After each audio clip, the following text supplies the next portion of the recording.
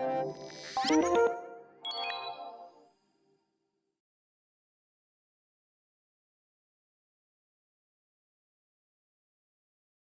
tardes a todos. Gracias por estar aquí, porque esto es una cosa para pacientes, pero que a nosotros nos hace también muchísima ilusión saber que contamos con vosotros, que estáis aquí. Y a mí ahora me toca hablar de la hemofilia. En principio se plantea como avances de la hemofilia, pero yo creo que lo importante es que yo les cuente a los demás lo que le pasa a este colectivo y por qué son importantes muchas de las cosas que reivindicamos y de los avances que hay hoy en día. Lo primero es contaros qué es la hemofilia. La hemofilia es una enfermedad de la sangre que es de nacimiento, es congénita, y a estas personas, luego veremos cómo, les falta algunas sustancias en la sangre, concretamente una que se llama el factor 8 y otra que se llama el factor 9, que es, digamos, parte de ese cemento. De hecho, el 9 es un factor vitamina K dependiente que también tenéis bajo los pacientes que tomáis Sintrón o que tomáis warfarina, ¿vale? Forma parte de uno de ellos, y hace que esas personas sangren. La sintomatología es sangrado, pero puede haber, las más graves son a nivel digestivo, a nivel de la cabeza, a nivel del sistema nervioso central, a nivel muscular. Muchos de los sangrados importantes son musculares. Muchas veces no somos conscientes, pero, por ejemplo, tenemos músculos que son muy grandes, el cuádriceps, los psoas que están al lado de los riñones. En un psoas caben 2 litros de sangre. Entonces, sangrar ahí es poner en compromiso la vida del paciente si no le pones tratamiento a tiempo. Pero el más frecuente y el que realmente les limita en su vida diaria, que cada vez menos, gracias a Dios, a los niños que cada vez están mejor, pero a, digamos, mayores de 20, 25 años, son los sangrados articulares, es decir, lo que llamamos hemartrosis, es que te sangra un codo por dentro, que te sangra una rodilla por dentro. No somos conscientes de la cantidad de actividad física que hacemos todos los días. Y el peso, en unos más y en otros menos, amortigua en el tobillo, amortigua en la rodilla, y eso va produciendo pequeños sangrados. Nosotros estamos todos preparados para podernos defender, pero si están en unos márgenes muy bajitos de factor 8, de factor 9 específicamente, los sangrados pueden ser muy importantes y además espontáneos. Yo no sé si se me escucha bien, porque esto lo tengo yo como lejos y aquí tengo el ordenador y voy con los tacones y ya veremos. Total. Entonces, esta es una enfermedad que compartimos con los animales. Se han encontrado restos desde el Cretácico, es decir, hace 65 millones de años se han encontrado restos de los animales compatibles con alteraciones de hemofilia, con la cosa de que, claro, en la naturaleza yo no termino de ver una gacela hemofílica por ahí, porque imaginaros, limitaría su vida, es incompatible desde ese punto de vista, que nosotros como grupo, una de nuestras definiciones es que somos sociales y que nos ayudamos entre nosotros, pero los animales es de otra manera. Por iros planteando la historia y creando gustillo por esto, ya en el Talmud, a las mujeres que tenían 2 hijos que hubieran sangrado mucho o fallecido después de la circuncisión, le permitían no circuncidar al tercero, porque es una población donde era bastante frecuente esto. Al-Qasim, que es uno de los grandes médicos que tuvimos cuando el califato de Córdoba era la capital de Europa, que lo hemos estado hablando, ya lo describe, que había unos varones que llamaban sangradores y que venían de mujeres que no tenían aparentemente ningún problema, que eso tampoco es del todo verdad. Las portadoras también de vez en cuando tienen sus cosas. Y Maimónides escribió en sus textos que esa enfermedad se mejoraba con la edad. Y yo creo que Maimónides mezclaba, iba bien orientado, pero mezclaba la hemofilia con otra coagulopatía, con otro trastorno de la coagulación de nacimiento que se llama enfermedad de von Willebrand, que pertenece al grupo de las coagulopatías, y efectivamente los von Willebrand tipo 1, es decir, los leves, los niveles de factor con la edad van creciendo, y a lo mejor a eso es a lo que se refería Maimónides. ¿Cuándo realmente se empieza a identificar la sangre y la coagulación como un órgano en el que puede haber problemas? Pues fijaos, ya nos estamos moviendo en el siglo XVIII. Este señor, que se llamaba Hunter, John Hunter, fue el primero que describió los componentes de la sangre.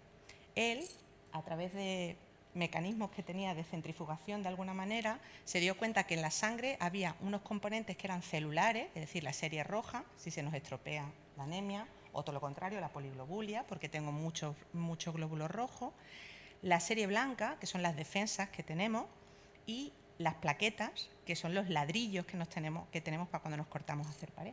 Y por otro lado estaba el plasma, y el plasma está compuesto de un líquido en el que va flotando todo, van flotando todas las células, pero además están los nutrientes y además están las proteínas responsables de la coagulación, los factores vitamina K dependientes y los demás. Están todos los llamados factores de la coagulación disueltos en ese líquido. Entonces, el líquido con los nutrientes se llama suero y el conjunto del suero más los factores de la coagulación es lo que llamamos plasma. Estamos en el siglo XVIII, 1774, pues hasta 200 años después no se logra explicar por qué estos hombres sangradores tenían el problema y cómo se podía plantear el tratamiento de ellos. Y fue este señor, Pawlowski, un argentino, que se le ocurrió, un poco atrevido, pero se le ocurrió ponerle sangre a un hemofílico B, le puso sangre de un hemofílico A y a uno de un B.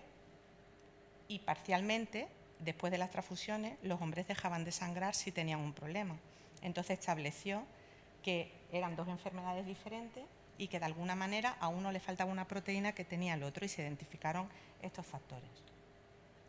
Desde el punto de vista de la herencia, por eso estoy diciendo que estoy hablando continuamente de hombres, Otto Hahn, un alemán, fue el primero que empieza a describir ese concepto de que hay hombres que tienen la enfermedad y mujeres que no la tienen, pero que tienen hijos que tienen dicha enfermedad. Y es que es una enfermedad ligada al cromosoma X. De alguna manera, quedarse con la idea que un varón que tiene hemofilia, como solamente tiene un cromosoma X, que es lo que va a definir el sexo mujer de las hijas que tenga, pues todas las hijas que tenga serán portadoras de hemofilia, mientras que todos los varones que tengan serán sanos desde el punto de vista de la hemofilia. Sin embargo, las mujeres tienen, portadoras de hemofilia, tienen un 50% de posibilidades de tener hija portadora y un 50% de posibilidades de, si es varón, que sea un varón con hemofilia. Es una enfermedad ligada al cromosoma X. Y aquí tenemos la portadora de hemofilia más famosa de la historia, la reina Victoria. ¿Vale? La reina Victoria era portadora de hemofilia B. El zarevich Nicolai, que lo tenéis aquí, Alexander, que lo tenéis aquí, si os fijáis en todas las fotos, sale muy puesto, pero con las rodillas. Siempre buscaba la manera de que el niño pusiera la rodilla en lo alto de la bicicleta, en algún sitio, o sea, en lo alto del escalón. Lo que tenía era lo que llamamos un flexo. Había tenido tantos sangrados de repetición en la rodilla que Rasputín de paso lo trataba con aspirina. Claro, hasta que el chiquillo se le va fibrosando, se le va anquilosando la rodilla, cosa que era muy limitante y bueno, para un rey que tiene que mantener el orden era algo que de alguna manera había que tener la debilidad, lo que se puede interpretar como una debilidad en aquella historia, hay que mantenerla bajo control.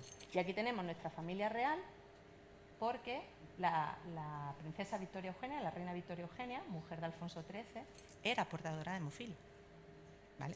Lo que pasa es que en nuestra familia real, a priori, se comenta del conterepio, pero nadie ha demostrado, ¿vale?, que realmente quede.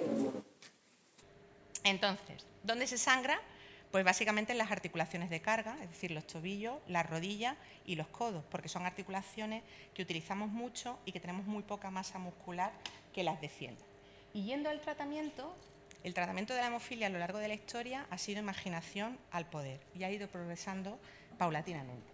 Fíjense, ahí les pongo hay un libro que se llama, a principios del siglo XX, que se llama El catálogo del cirujano, que era donde, digamos, era como el listado de los fármacos que se pueden utilizar que tenemos ahora, que había en Estados Unidos. Ahí tenéis oxígeno, calcio, nitrógeno, hormona femenina, hormona tiroidea. Se planteaba incluso que se podría tratar con trasplantes de médula ósea. Imaginación al poder. No es hasta el 38, acuérdense de parar. Yo de usted, ya aquí estamos en confianza. De tú, es que llevo todo el día, 3 días llamando de usted a todo el mundo. De Pavlov, que era en el 44, aquí es cuando se empiezan las transfusiones de sangre para tratarlo.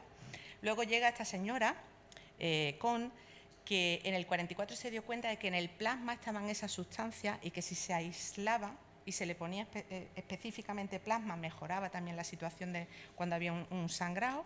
Se llega al plasma fresco, En el 64 llegamos a los crioprecipitados, que es que de ese plasma se congela y se extrae una fracción de esa parte que se congela del plasma y que también sirve para tratar hemofilia A y B, este servía para las dos cosas, y ya en el 68 se consigue por primera vez de las donaciones de plasma de la gente extraer ex profeso el factor 8, embotellarlo en un polvito que luego se disuelve con un suero y ponerlo intravenoso. El tratamiento de estos pacientes es tratamiento intravenoso.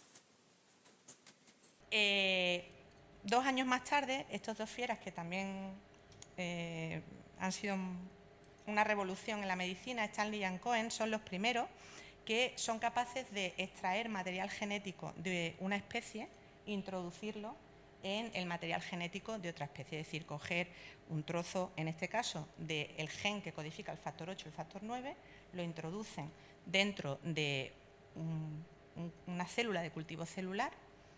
Y claro, la célula no entiende, si tú le das de comer, esa célula empieza a producir, sea factor 8, sea factor 9. Empieza a producirlo, tú lo purificas, lo guardas y tienes factor 8, factor 9 recombinado, que ha sido un avance de los más espectaculares en el mundo de la hemofilia. Porque el hecho de poder aislar factores, que el primero que se aísla y se pone fue en el 87 en North Carolina, en Estados Unidos, ha cambiado la perspectiva de estos pacientes. Pensar que la vida media, la esperanza de vida de un paciente con hemofilia en la década de los 70 eran 20-25 años, porque no tenías con qué tratar los sangrados. Hoy en día un niño que nace tiene una esperanza de vida prácticamente equivalente a la del resto de la población, y si hace lo que se llama profilaxis, que es ponerle inyecciones intravenosas de factor varias veces a la semana para mantener unos niveles mínimos, evitas la mayoría de los sangrados. También hay que educar un poco al chiquillo para que no sea despistado y si no así, y se preservan sus articulaciones.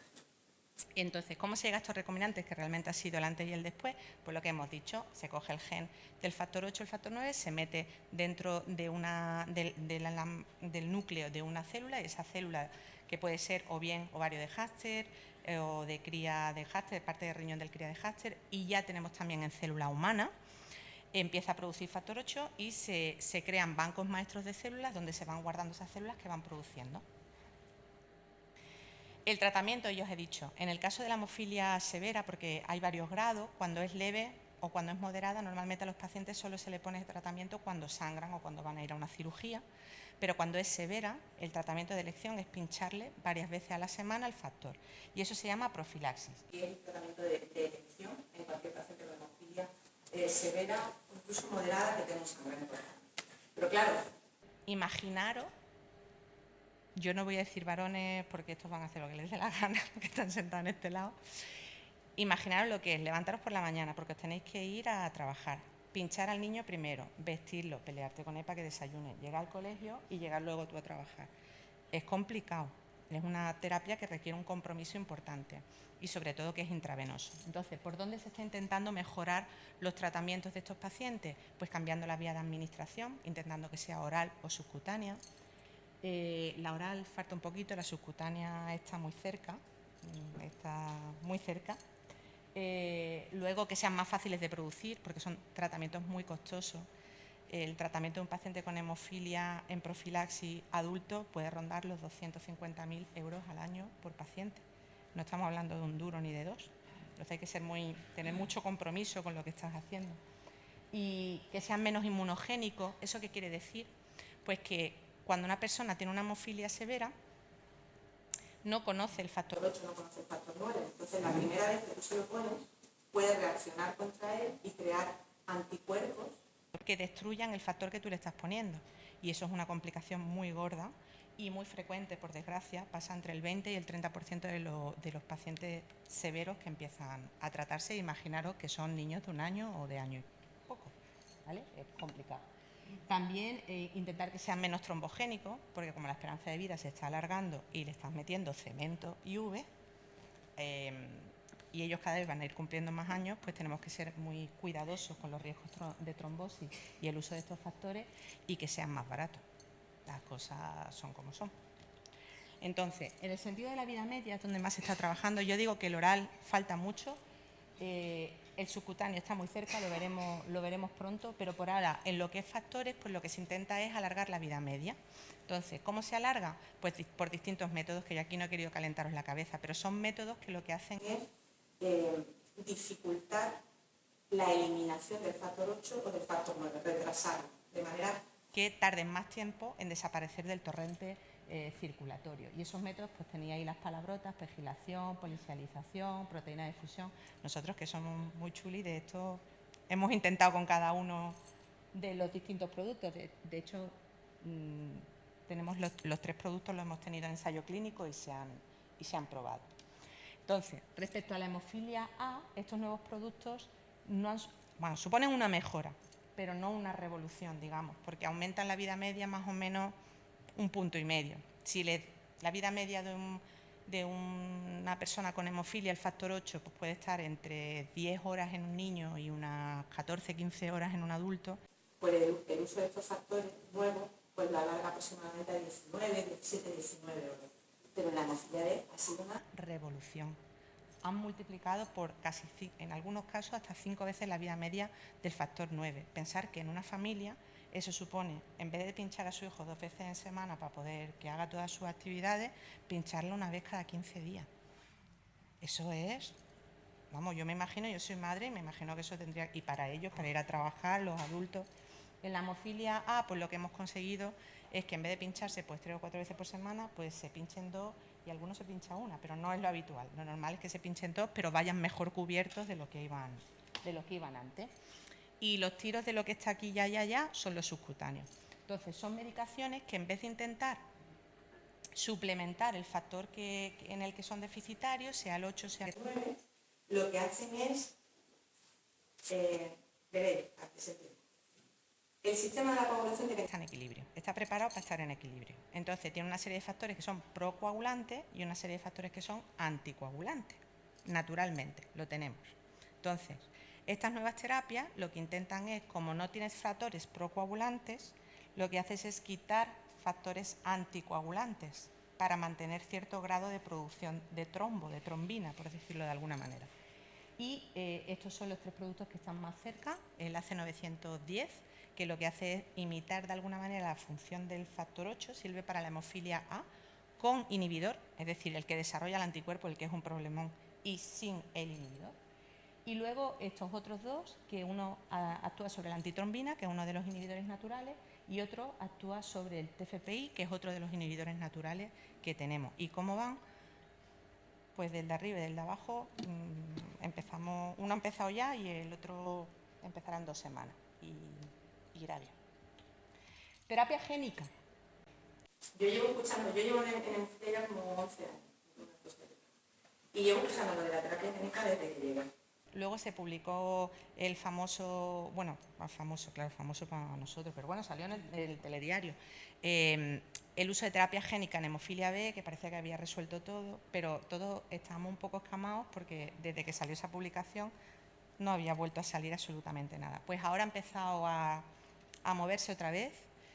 Los ensayos fase 1 que hay están yendo muy bien y están haciendo que los pacientes que se administran terapia génica empiecen a producir factor 8 y factor 9 en niveles prácticamente que les convierten en hemofílicos leves y casi en algunos casos normales. Y con dosis a lo mejor de recuerdo de la terapia génica cada mes y pico. Terapia génica consiste en que coges el factor 8 o el factor 9, lo metes dentro del núcleo de la información genética de un virus, ¿vale?, de un adenovirus, y luego tú le pones el adenovirus con el gen al paciente. Se va para el hígado, que es donde se producen los factores. El adenovirus infecta las células del hígado. Esto suena fatal, pero funciona. Infecta las células del hígado, con lo cual le pasa el gen del factor 8, del factor 9 a las células del hígado, que son las que tienen que producir, y empiezan a producir factor 8 o factor 9. Eso es la terapia génica y bueno, en principio nosotros también estamos seleccionados como hospital, por si los pacientes están a bien participar, empezaremos. Así que fíjense, desde 1828, este es el primer documento en paper, en publicación científica, en revista científica, en el que se habla de hemofilia, que había uno en 1828, y hoy en día en PubMed, fecha de hace una semana que también he hecho, haya 22.700 documentos, publicaciones, ciencia, que publica cosas sobre hemofilia, con lo cual esto se ha disparatado en pocos días. Muchas gracias.